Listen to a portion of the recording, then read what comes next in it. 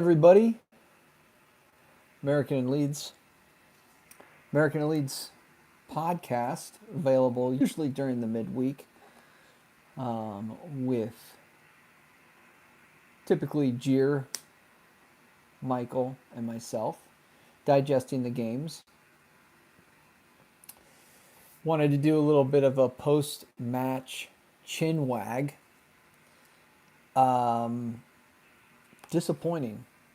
Disappointing game, shocking. I would probably use that. I use the phrase ouch.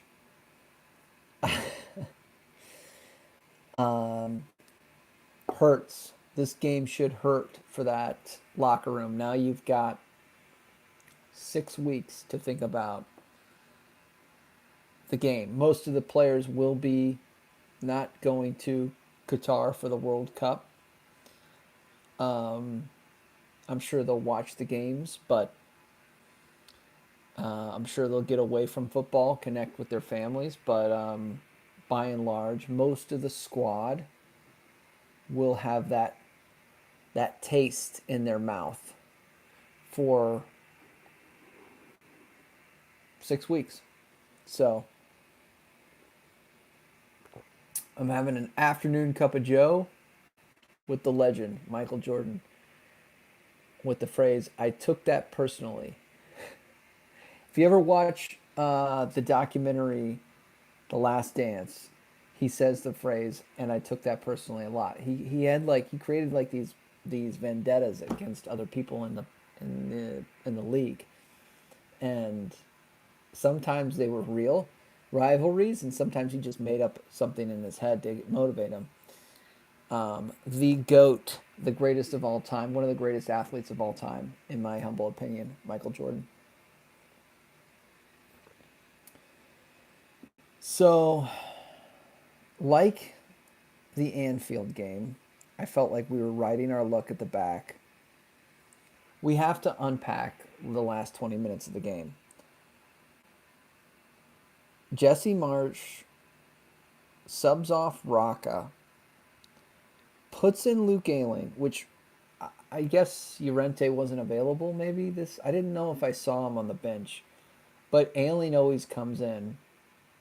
Maybe he was available. Anyways, Ayling always comes in over Llorente, which tells you how poor Llorente is at the moment.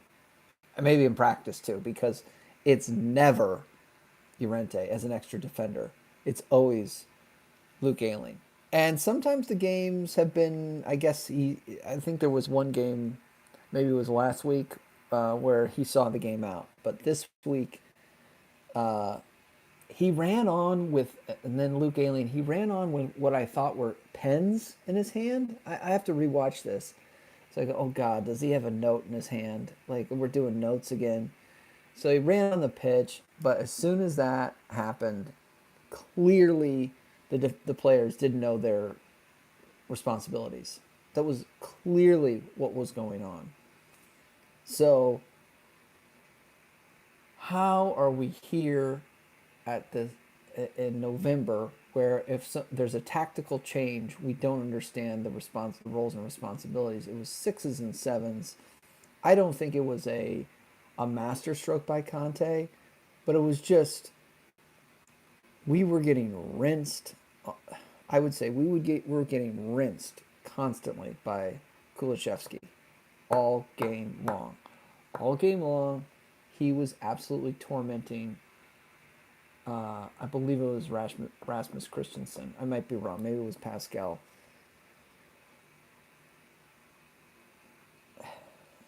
It was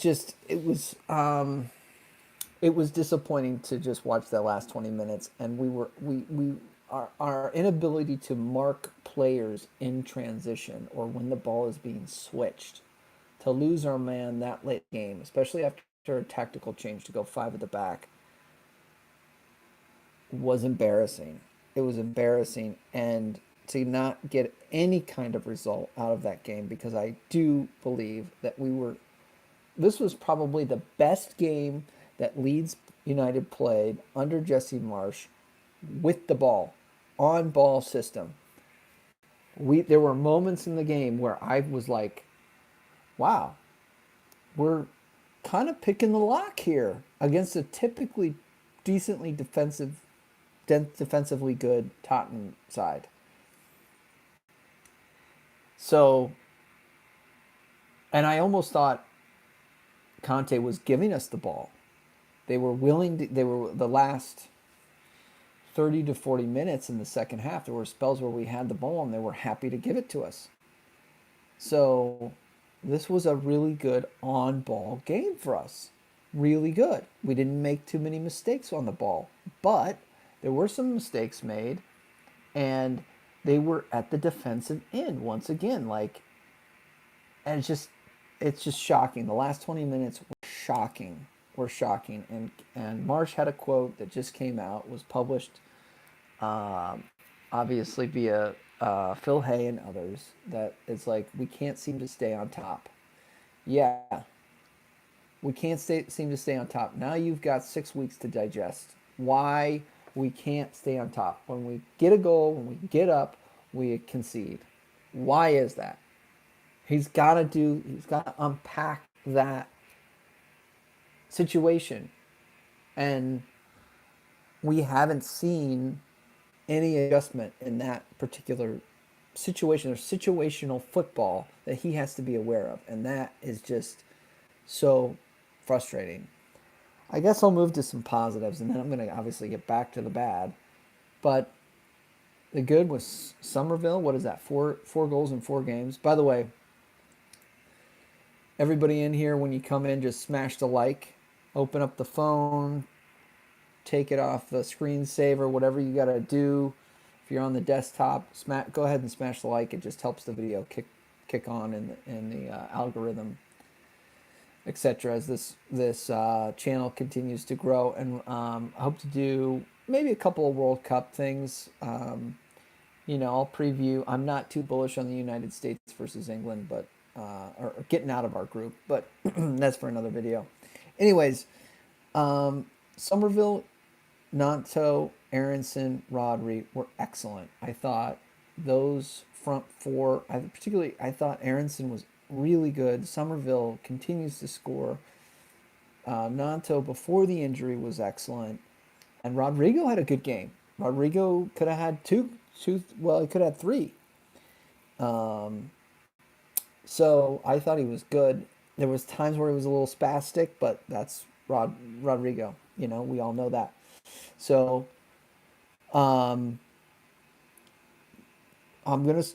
so that's the good. The front four, and I will also say the good is also in possession. This was the best in possession Leeds game I've seen all season, where we actually had a plan and we were picking the lock in possession. And maybe that's Aronson, Somerville, the legs. I don't know. I don't know what that is. If it's a tactical change. I thought the midfield looked dangerous. I thought there were times where Adams was trying to pick the lock a little bit more and break a line. So I thought we played with some width towards that down in their attacking third, if that makes any sense. And we seem to switch the ball out to Rasmus Christensen and to Pascal, play the overlaps, play the triangles. It was a good game tactically with the ball. This is why it was so frustrating, because it was so great to see this. The bad for me, the substitutions. Jesse got the substitutions absolutely wrong. Rodrigo was clearly out of gas. He put on Luke Ayling. Luke's been okay as the spare defender. But in the end of the day, it was not a good substitution. The formation and tactics at the last 20 minutes of the game, you've got to unpack that. The defending was shocking. It was shocking. You cannot defend like that. I was flabbergasted. So I literally, we're up a goal. Rodrigo scores. We're in transition, etc. I'm like going, holy crap! 20 minutes left in the game. I think I'm gonna have a beer. I think I'm gonna crack open a nice cold beer. I only have 2 in the fridge, but you know what? I was thinking about it. I'm gonna watch the last 20 minutes of the game. We can't. at least we're going to get a point out of this game. Clearly, as soon as I crack the beer, we concede. I go, okay, I'm going to pour this beer down the drain, not going to consume it, and and then we continue the collapse. But I mean, if you examine the last two goals, well, two of the goals, it falls to an unmarked player in the box. Raka was poor today, and then Kulishevsky was just rinsing. I believe it was Christensen. I'd have to unpack it, but I think it's either Christensen or Strauch. I mean, he was just all game long rinsing our fullbacks. So I don't rate Christensen as highly as other people do. I think he can be. I don't know. He's got like cement. Legs or something. He just is not aware of what's going on the pitch and how quickly stuff happens in the Premier League. And so I thought he had a poor game, relatively speaking. The center backs were pretty good. Cock and Cooper, I didn't have a problem with them. Rocca was bad. And then pretty much everybody else was pretty decent going forward. I mean, the front four were good. So I don't know. I'm thinking about solutions, and it's like everybody goes through this. Is it tactics, Jesse Marsh, or is it players? Is it the back line, like the Carragher and what's his name, the Sky Sports analysis what folks did this overlap thing or whatever. Or no, it was I don't know, some sort of fan forum. Okay, and yeah, Rasmussen had a good assist. I believe that. Yeah. Okay. Yeah, he's good going forward. He's decent going. That was a good header to Rodrigo. That was good football. I don't know. He just is. I don't know. That's where we get exposed. Is on the wings. But is it the personnel, or is it the tactics? And I mean, I guess I blame the tactics at this point. You go to a back five. Nobody knows their assignments. We look terrible. I mean, we can't see the game out, and that's what's so disappointing. So do we bring in people? We bring in more personnel? Well, I guess we could recall Cresswell if that's possible. I'm not sure. I don't know. We could sign another center back. We could sign a true left back. I get that. That's 100% like one of the things we could do. But I don't know. I don't understand. I don't think going to a back five was a bad thing to do. I understand, but it was like Southampton 2.0. Southampton, he went to a back five, tried to see the game out, and nobody. It was like we never trained on this. We didn't understand the assignment. Like, you know what I mean? Like the teacher asked for a test and nobody understand. They said, what's this?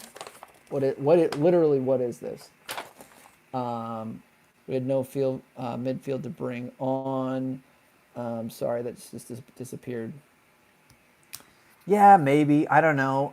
So Yanto goes off.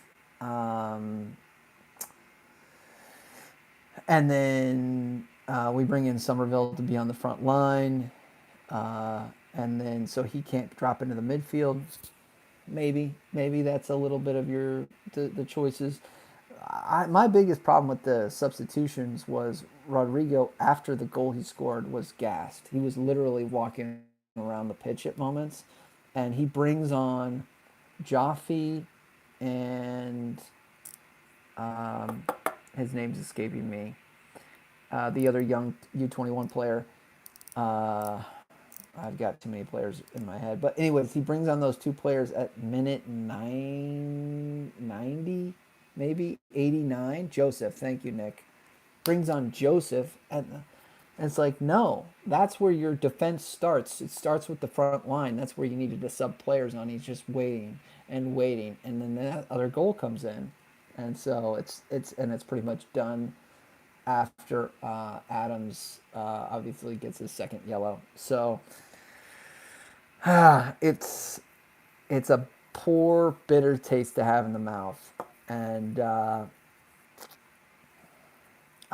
don't know. I mean, let me know if you know. That's the question I want to have for the comments is it the tactics? Well, the switch balls obviously happen all season. So, yeah, a little bit of the tactics. Absolutely. Or is it the players? I rate, and in isolation, I really kind of rate most of these players, even Cooper. I was screaming to go to the back five and park the bus, just goes to show you I'm not a manager. Yeah, Nick.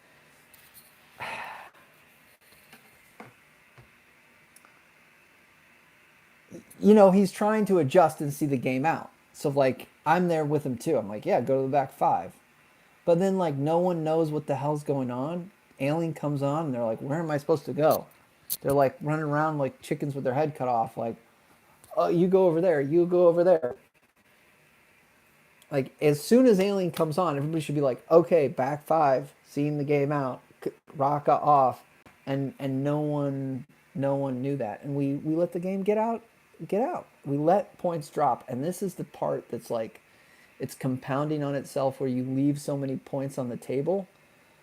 It's not like we were gassed, and I do want to say there were points where we were gassed, like the front four was gassed, but it was a tactically it was so bad. It's times where it's like, okay, he put in a worldie, and like Harry Kane's a god, and we need to like. It wasn't like that. It was watching poor, out of position defense. That's what I was watching. And you were watching. Like, we could all accept losing to Tottenham today. And we could probably accept losing in the next 20 minutes if the goals were coming from worldies and just they're better players. This was not their better players or their worldies. This was, who are you marking? Where are you? What is going on? Do we know understand how to play football? Like, it was like a completely different team once we went to a back five. That's my problem. That was what's so disappointing to watch. Um, so, anyways, I don't know what the answer. I would, if Cresswell is available, I would recall him just to have more depth on the back line. And I would definitely, obviously, we've been screaming for it all for 6 months. Sign a left back. And obviously, we need to sign a striker because he doesn't bring Gelhardt on quick enough. And I don't think Bamford is going to be available anytime soon. And Rodrigo is at the point where he's running out of gas and has, streaky. He's a streaky player. So, I don't know. We've been saying it all season long, all summer long. Sign a left back, sign a striker. I mean, particularly left back was like, as soon as the season, Brentford game wrapped up, it's like, boy, Junior Firpo here, he's going to get like meet the maximum amount of yellow cards, and he can't, he doesn't get. We sacrificed Rocker in the midfield for Alien because we didn't want to have another midfield to come on. Yeah, I mean, I don't know. I guess Yanto's injury had a bigger impact than I probably expected, because bringing Greenwood into the front line, now we don't have depth in the midfield. Raka was poor today. I'm disappointed a little bit in Raka. He should be able to see out 90 minutes at this point.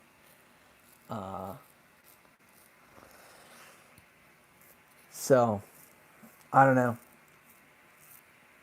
Big picture, he's got 6 weeks. Most of the players are not going to Qatar. I believe we scheduled a friendly with Real Sociedad, and we've got City and Newcastle right after the break. So I don't think we're obviously probably not going to be in the relegation zone. I haven't checked all the matchups and the scores, but it'll be at the doorstep.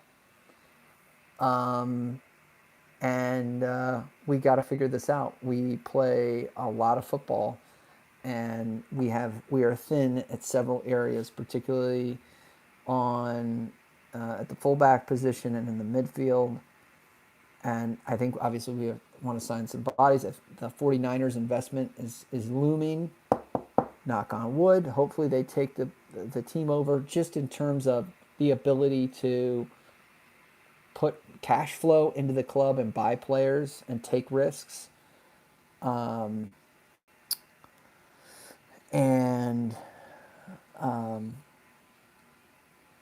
yeah, this Bielsa rumor, I'll just address this. I'm a Leeds fan. Please smash a like if you already. Unlock the phone, etc. Just helps the video kick on and get into other people's feeds, etc. The Bielsa rumor. So I'm a fan from the Bielsa era. I a little before that, I watched Gary Monk in his season. Loves Leeds. He was a snake. Left the club, etc. And then I watched one season of was it Thomas Christensen and Heckingbottom. And yeah, it was terrible football. And then Bielsa came in, who is a god, and his football is incredible. And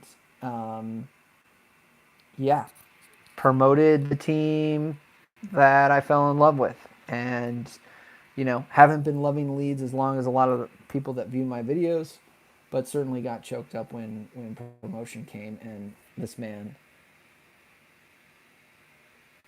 right here, best player.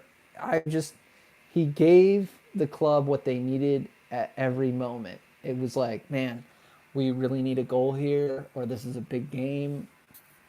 Pablo Hernandez pops up. So, anyways, I wish he had more of a chance in the Premier League in our first season, but something happened, I think, with Bielsa that year, and I think he was injured a little bit as well. But anyways, I digress. If he goes to Bournemouth, it will be very disappointed. I'm hoping I haven't addressed this because I heard the rumors. And I just hope that it's not true. I think he would be an excellent championship coach. Like, I think his specialty should be getting some of these teams promoted. That would be cool to see. If he takes the job, my guess is because they are so, and he gets teams ready quickly. We know this, like he can get a team ready in 6 weeks, and they'll be fit and firing. My guess is that they said, "Hey, you've got a free hit this season. You will be the manager for the rest of the season, and you will be the manager for us. If relegation comes, you will be the manager for us in the championship." And there's new ownership, and there's promise of investment. I wish he doesn't take. If this is true, and right now all the reports is they've discussed or they've called or they've they've had contacts with him. I hope somebody said he's going to be announced Tuesday. I really hope not. I hope this is some terrible rumor that has been put out there to make Leeds fans extremely nervous. Love to see him go to a championship side and bring up another team. I can kind of digest that a little bit more. Come into a team that will be probably fighting next to us to get out of to not be in the relegation zone. That's a little more harder to digest. So I hope that that's not true. I really am hoping that is my Christmas wish at this moment, that rumor is not true. And the other question I continue to have, is will Jesse Marsch make it this season? And I waffle and I go back and forth, and I've called for his head after Leicester. I've called for his head. I love him. He's fellow, American. Love that. Love that you're ascending through the ranks of Europe. But I called for his head after Leicester. Yeah, he would. Well, top eight is aggressive. Top eight is aggressive, especially now with Newcastle. Just had somebody say that he would turn them into top eight. They would be they would be a mid-table team. They would play beautiful football, and they would give all they had, and they would be the fittest team in the league. So, uh, so anyways, I've called for Jesse's head twice. I've retracted it, and I still have the question of will he make it this season? If you can't if you can't have a clean sheet, do you understand what I'm saying? Like, if there's not a time where it's like, and Bielsa got, I reflect back. He's an iconic manager for us, so we have to reflect back. On his first season, the second half of that first season, he got a lot of clean sheets. I don't know if you remember a lot of this. Bielsa needs a full preseason. Okay. But if you remember, he got some clean sheets, and it was because of our on-ball ability, the amount of time that we had possession, um,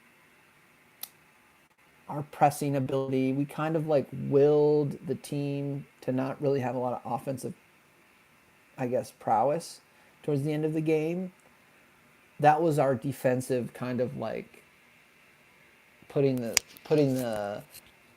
boot on the neck. Jesse, I can't. He's not. We can't see these games out. Like, there's no. Yeah, they're not coming back here. Moment, and that's a problem in this league. You have to be able to finish the game, even if we're up 2 goals. Like, it's always like, can we hold on? I don't know. Getting like the first goal used to be so important, and now it's like, well, we get the first goal, we're gonna concede a goal here at some point, and we have the best pure one-on-one shot-stopping goalkeeper in the league, and we cannot see results out. It's maddening. It makes your hair grow gray, fall out, all that stuff. Um, what do you guys think? I'm interested in what you guys think. Will Jesse make it this season? What does your gut say? It's like, if he does, it's going to be like every game's going to be like 2-3, 3-4, and we're hanging on to, like, you can't ship. What have we shipped? Too many goals. Take the Anfield game out of it. We shipped 3 goals to Fulham, 3 goals to Bournemouth, 4 goals to Tottenham. This is unsustainable football.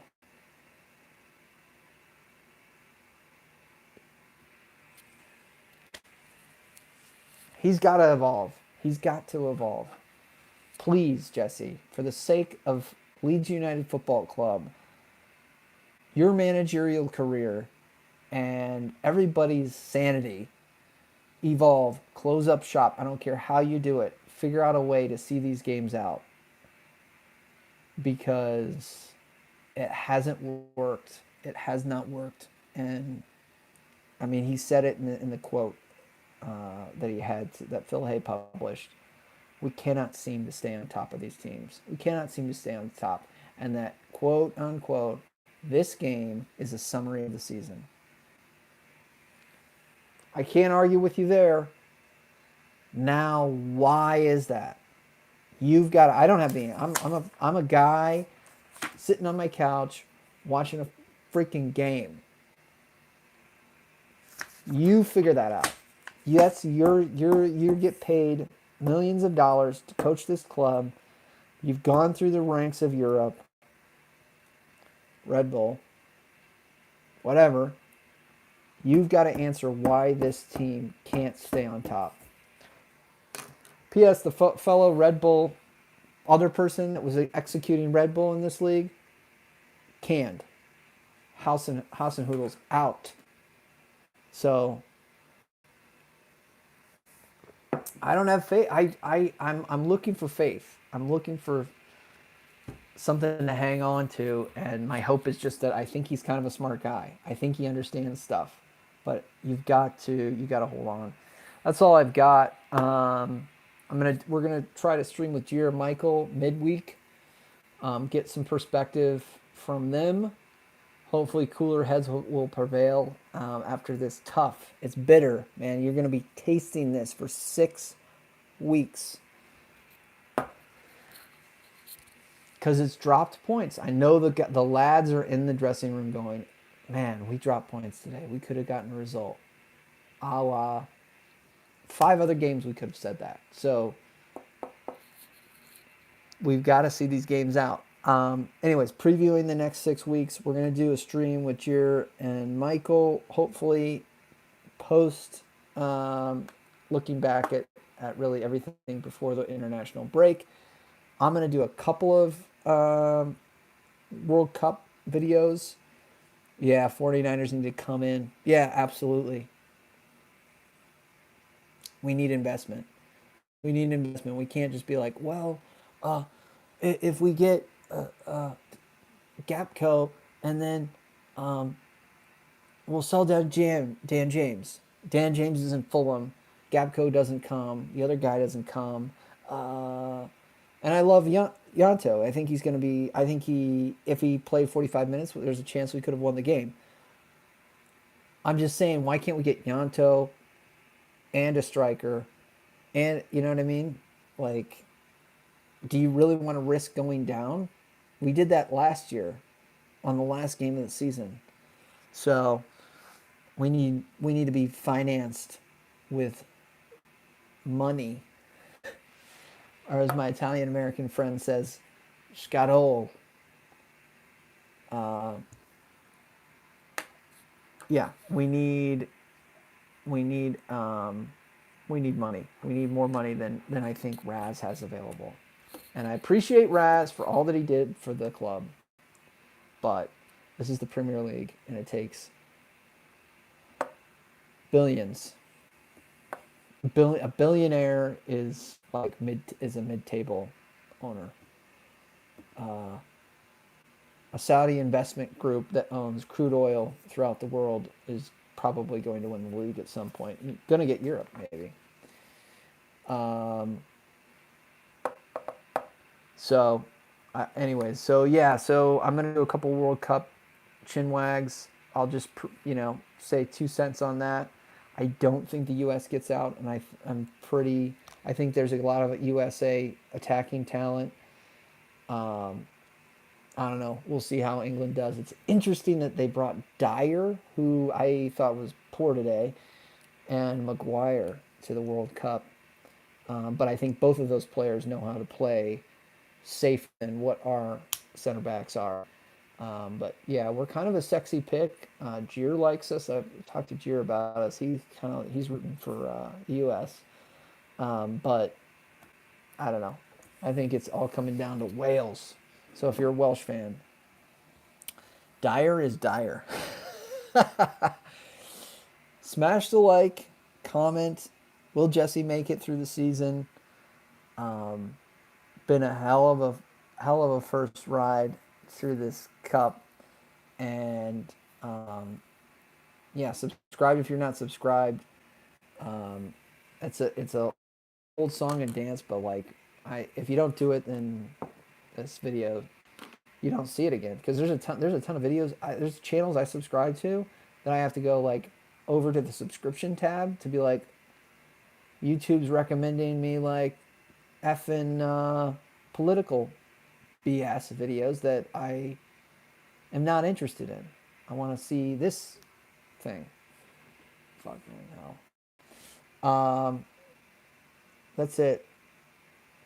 I don't know. The other thing is they put in a shift. That's one of the things I asked for. Most of the guys put in a shift. It's just maddening that we cannot see games out. We can't see moments out and close up shop. Marching on together. Leeds. Hope you guys are well. Thanks, everybody.